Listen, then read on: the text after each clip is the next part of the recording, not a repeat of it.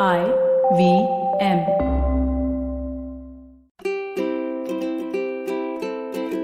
Hello and welcome to the Habit Coach podcast. I am Ashdin Doctor, your habit coach, and today in the hot seat we have Rachana Mandal.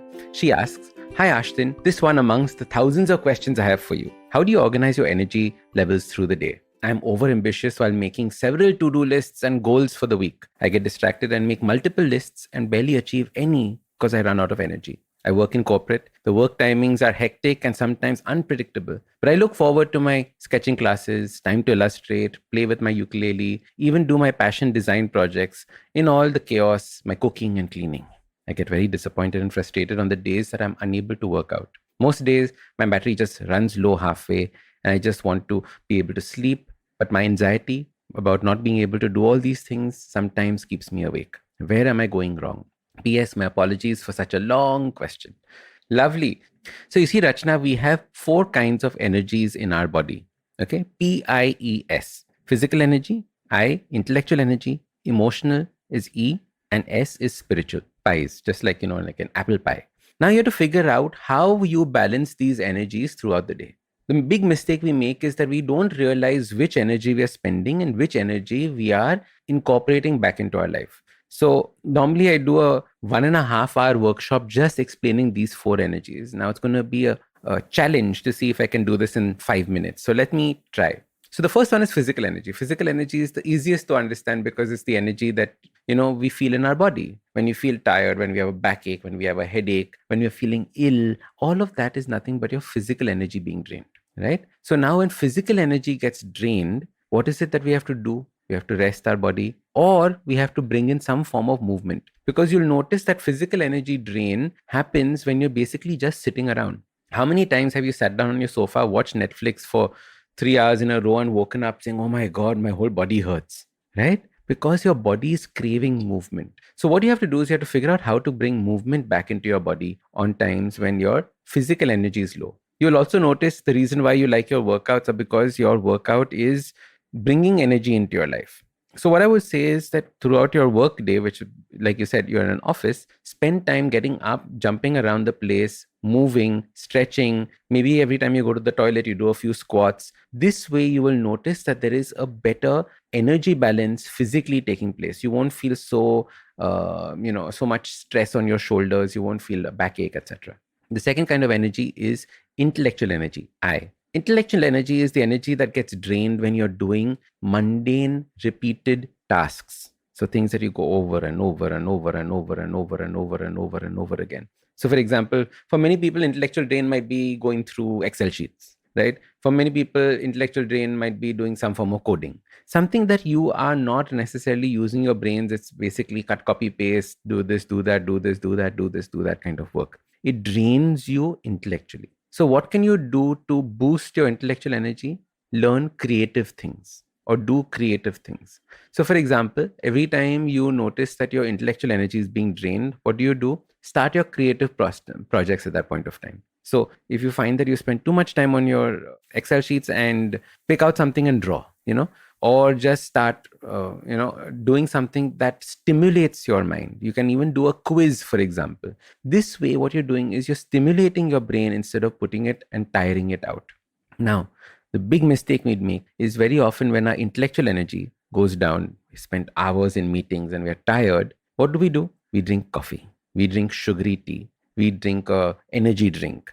What does that do? That increases our physical energy. So our intellectual energy is the one that has gone down. But now what we've done is we've replenished our physical energy. And as a result, our body is now tired because it's still intellectually tired, and wired because now it has so much energy coming physically. And this is the state where most of us find ourselves. When we want to sleep, but you can't sleep because you still have a lot of that pent up energy inside you. So that is that tired and wired thing, because we don't understand which fuel tank of energy we need to be filling up. The next is E, which is emotional energy. And emotional energy is the energy that is drained when, you have fights with people, right? When you are in a constant conflict with people, when you don't understand the kinds of emotions that you're going through. Like right now, you used a very big word. You said anxiety about not being able to do these things. It's not anxiety, right? You've used the wrong word to describe something. So the best way to get rid of this or replenish emotional energy is through having deep conversations with people, emotionally engaging conversations with the people that you feel safe around. Another thing that you can do is download something called as the emotional wheel, which you can put in front of your desk. And every couple of hours, ask yourself, how am I feeling? How am I feeling? Am I feeling overwhelmed? Am I feeling happy? Am I feeling joyous? There's so many emotions that we don't even realize exist. And this person has actually made a wheel with all the emotions so that you can look at. It's actually called Plutchik's emotional wheel. The fourth energy is spiritual energy. And by spiritual energy, I don't mean any woo-woo thing, any religious thing. No. Spiritual energy is the energy that we feel for giving back to the community when something is bigger than us. So, for example, spiritual energy comes from a place of purpose. So if you're working towards something that is beyond you, like you're saying your passion project, that's spiritual energy. Spiritual energy comes from playing with your pet. Spiritual energy comes from playing with your child. Those are the kinds of things where spiritual energy comes in from. In my favorite story is about doing this workshop in Dubai where I was telling this lady about spiritual energy, and we were talking about how you can even get replenished in your spiritual energy by hugging a tree. And she went and said, guess what? So this was in the lunch break, right? So we had all gone for lunch. This lady went out and found a tree in Dubai, which is itself a miracle. Found a tree and gave it a hug. And she said, I'm feeling so much better. You have no idea. So these things work. But what you have to do is you have to understand the way that your energies are being spent.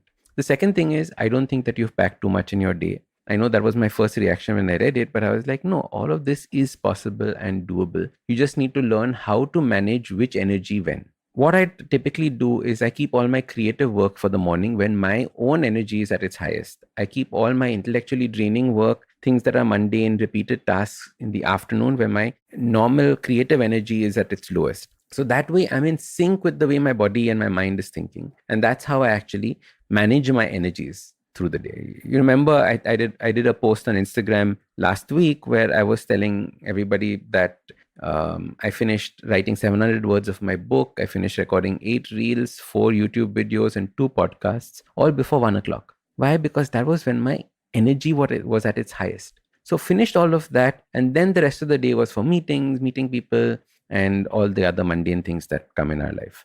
So this way, start planning your life and you will notice that you'll be able to sustain your energy for a much, much longer period of time.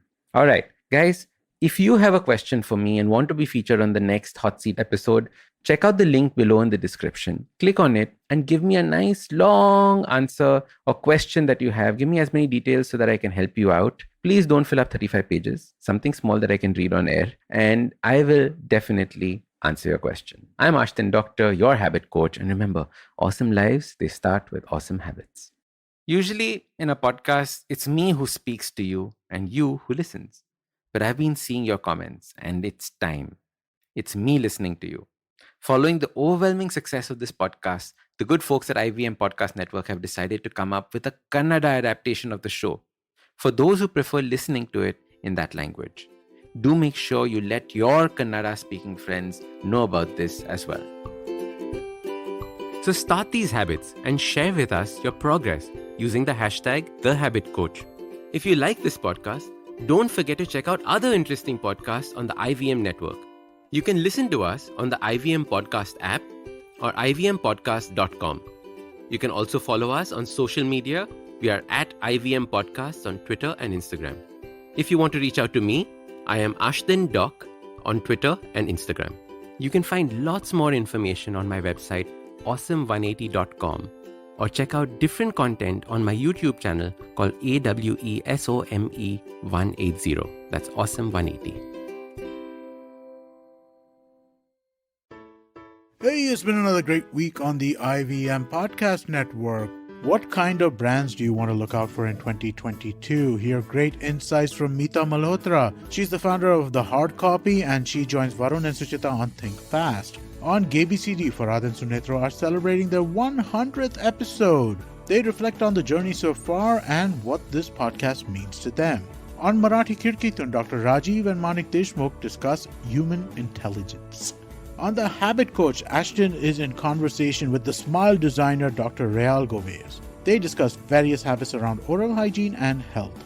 And on Cyrus Says His Cock and Bull episode this week, comedian Abhijit Ganguly, Cyrus, and myself discuss Section 144 being back in effect in Mumbai, Steph Curry's popularity, and a whole lot more.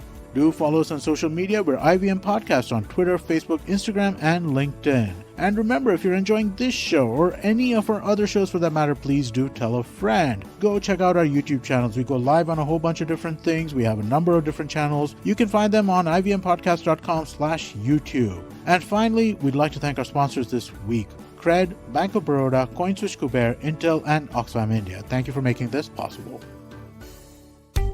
Are you looking for finance products and services that can enhance your personal finance experience?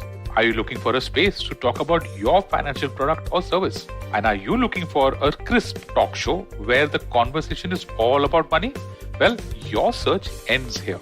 Hi, my name is Anupam Gupta and I'm host of the Paisa Vaisa podcast, and I invite you for the conversation about your personal finance on each Monday on the IVM Podcast app or the website or on any podcast streaming platforms. See you folks.